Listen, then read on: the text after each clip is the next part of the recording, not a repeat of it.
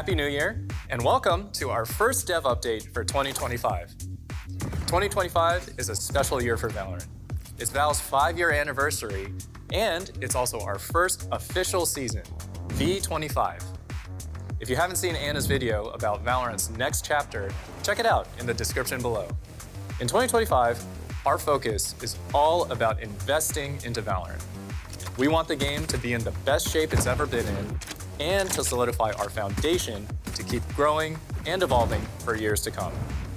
This includes a ton of things, like quality of life improvements across the board, launching some great new features for the game, leveling up our dev tools so we can keep doing our best work for you, and of course, gameplay updates and new content you'll love, alongside epic moments throughout the year, like Masters and Champions.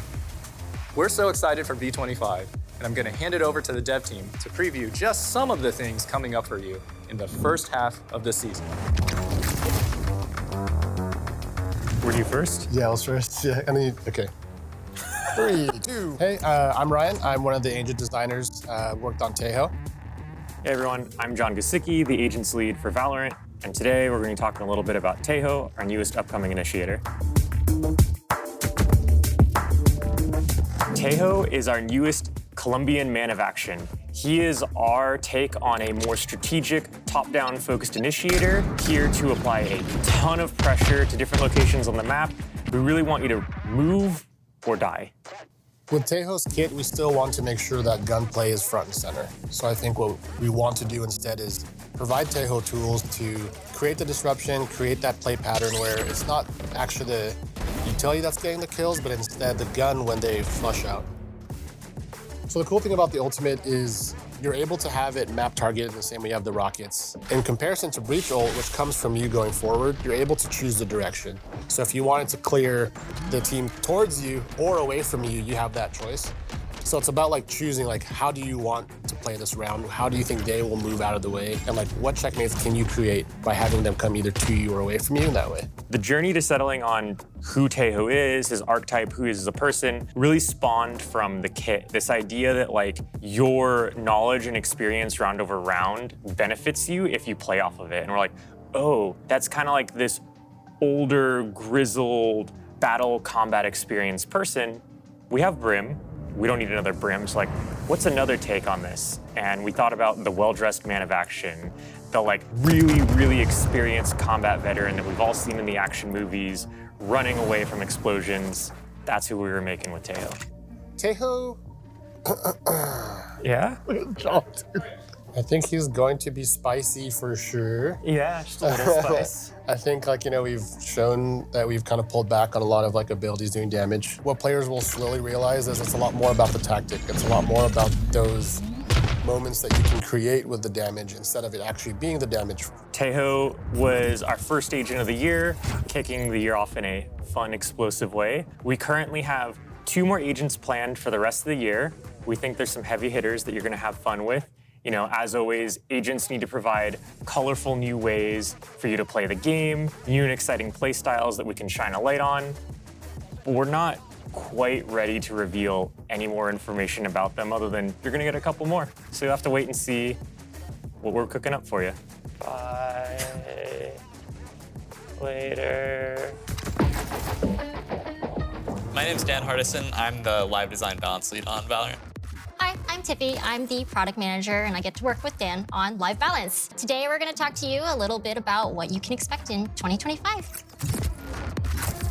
10.00 is out and released now, and that means Tejo is live. You'll notice that most of our larger balance patches were done earlier already in patch 908, 910, and some in 911. But we hope to continue that momentum throughout the year whenever it's appropriate. For the first half of 2025 around agents, we have some duelists we're going to be working on. We're going to be following up on ISO, doing like some kind of power budget redistribution around the kit, and also doing some changes to Neon if we need to after the 911 balance changes.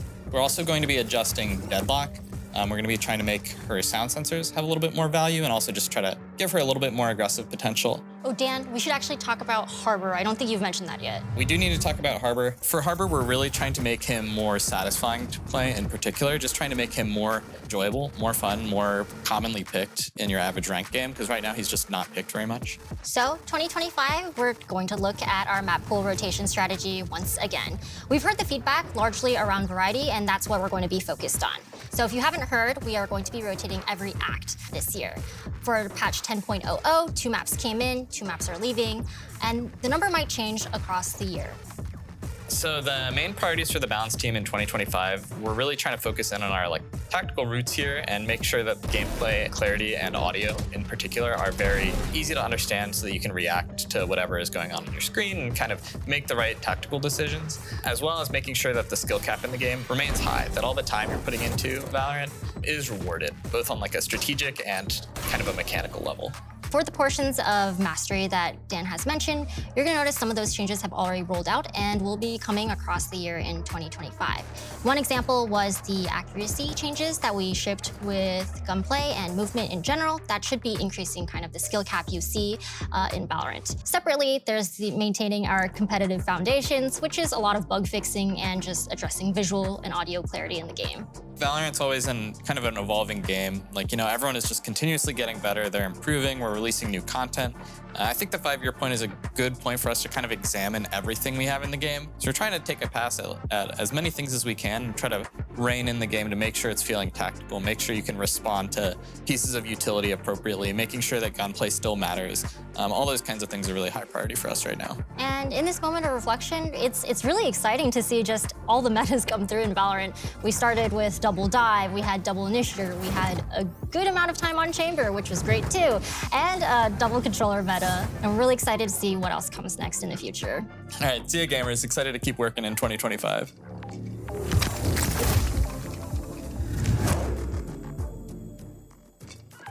Hi, I'm Preeti. I'm product manager on the premium content team. Hi, I'm Sean Marino. I'm the art director on the premium content team. And we're here today to talk to you about skins and other cosmetics. We have something really exciting to talk about. We have a new content type coming to Valorant. It's called Flex. Flex is a really interesting content type that we're really excited to bring to you. We've been thinking about this since probably 2019, 2020. We always knew that there was going to be more opportunities to express yourself with things like gun buddies, sprays, or player cards. And so with Flex, think of it as just a new equipable, something that you can hold in your hand in any moment in game. And it's something that should feel as expressive as something like a melee weapon. You just don't have to worry about the gameplay constraints. You're not going to be killing people with this. You're not going to be running around or trying to jump peek with it. It's really just a new expression piece of content. We've got a whole bunch of ideas for different types of Flex, so stay tuned. There'll be more to come throughout this year. We're super excited to add a bunch of new guns to some niche skin lines. Skins that maybe don't have a ton of fans, but the fans they have are incredibly passionate.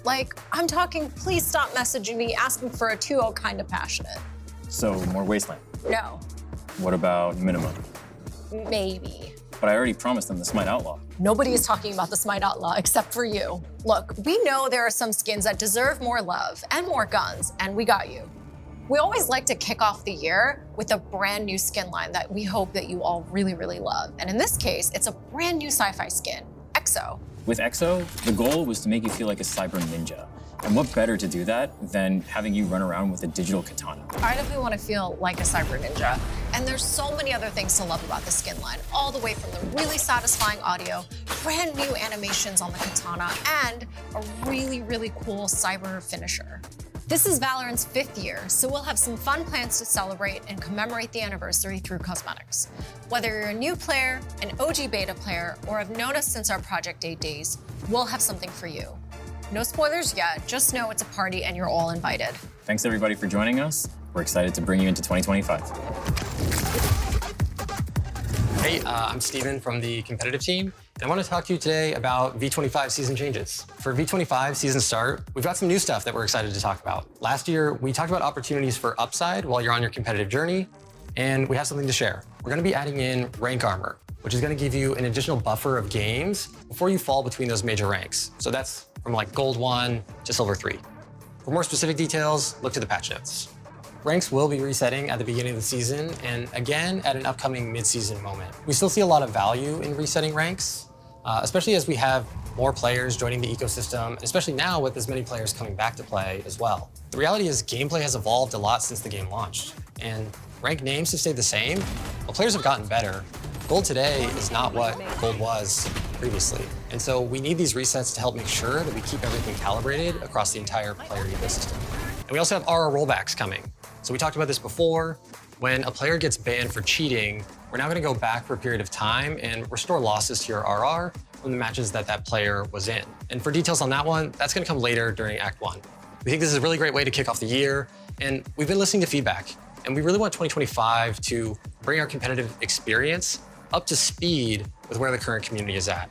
So we're going to keep listening, look for continued updates and comms throughout the year in this space. We've learned a lot through the manual processes that we stood up last year. We sent out warning notices to over 500,000 players that were all repeat disruptors in our game. And any players who continue to be disruptive, they received harsher penalties than typical. And two things here. The bans and warnings were really effective at reducing repeat disruption. The warnings alone dropped our expected repeat disruption rate by 25%. Second, we still have more to do. We're continuing to learn, we'll iterate on this manual approach. You may see another one soon. And really because of the efficacy of these warnings, we want to look into more ways to improve feedback and visibility around behavior comprehensively in the game, and there's more to come there. Last time we chatted, we talked about voice evaluation going global, and we've launched our services across the globe. We only have Korea left. There's a few steps to this process though. Step 1 is about standing up the technology. Step 2, which is where we're at now, that's about evaluating global English to see what performance looks like. And then step 3 is going to be adding additional language support. We've got Spanish currently furthest along and more in development. We've got one more thing. We're making some changes to remakes. A remake vote is now going to automatically start when a player has abandoned the match in the first round. Additionally, you're only going to need 3 players to successfully vote to remake. So when Raina says that their friend is totally going to be right back, just go next. That's all I have for today for the competitive area. Really excited for season 2025, and we'll be continuing to communicate throughout the year, so look for more updates.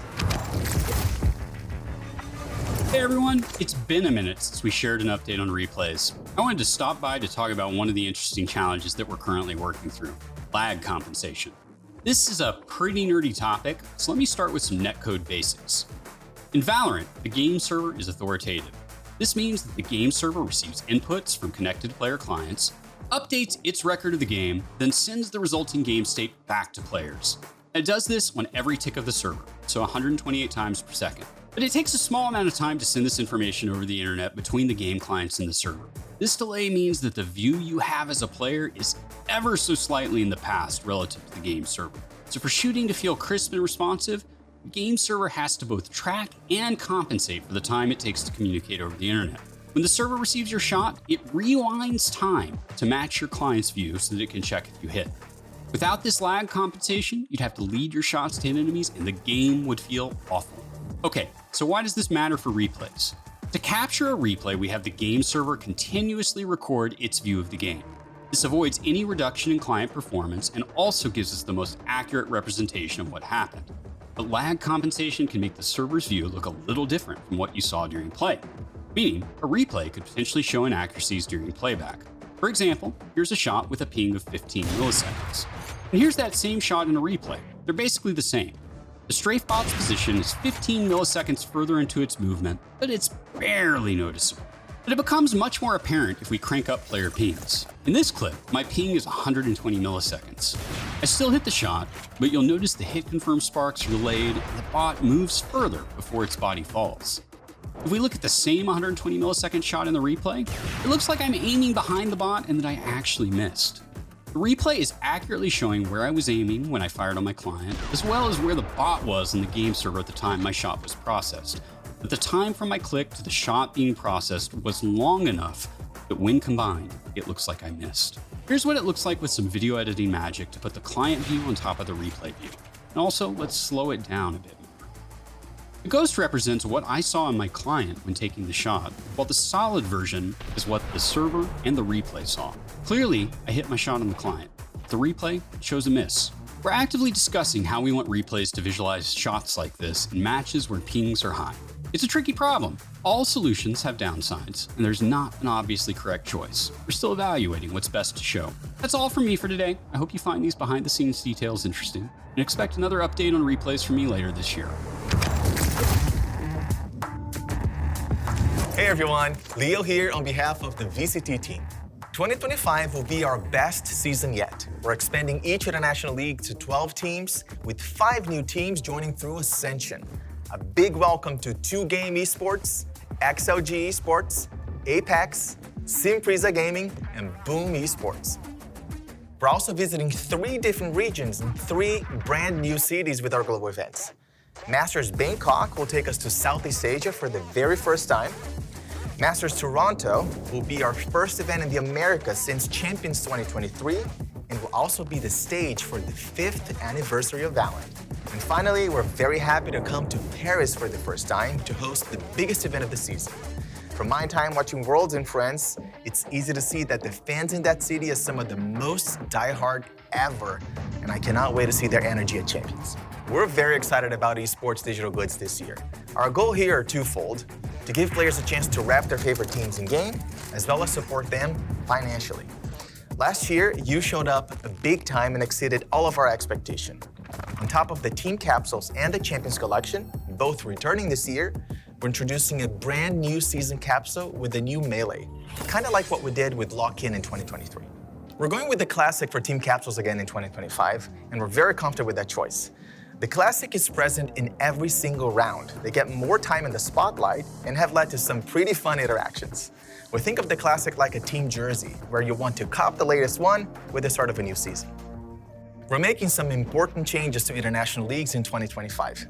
For Stage 1, teams will be divided into 2 groups of 6, competing in a round-robin format, with the top 4 teams from each group advancing to playoffs.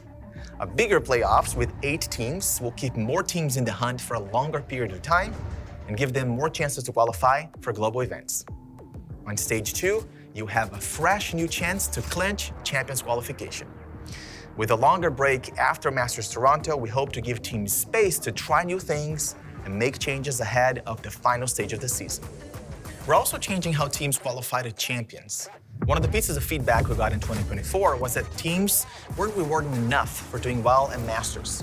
So we reworked championship points, which will now have a deeper point distribution, not only to the winner. Like last year, each IL will qualify 4 teams to Champions, but in 2025, 2 teams will qualify through championship points, and 2 teams will qualify from Stage 2 playoffs. That way, we'll keep the stakes high throughout the entire season, giving teams new chances to qualify and come back at every point, while also rewarding teams for a strong season-long performance and all the work they put in earlier in the year. So that's it.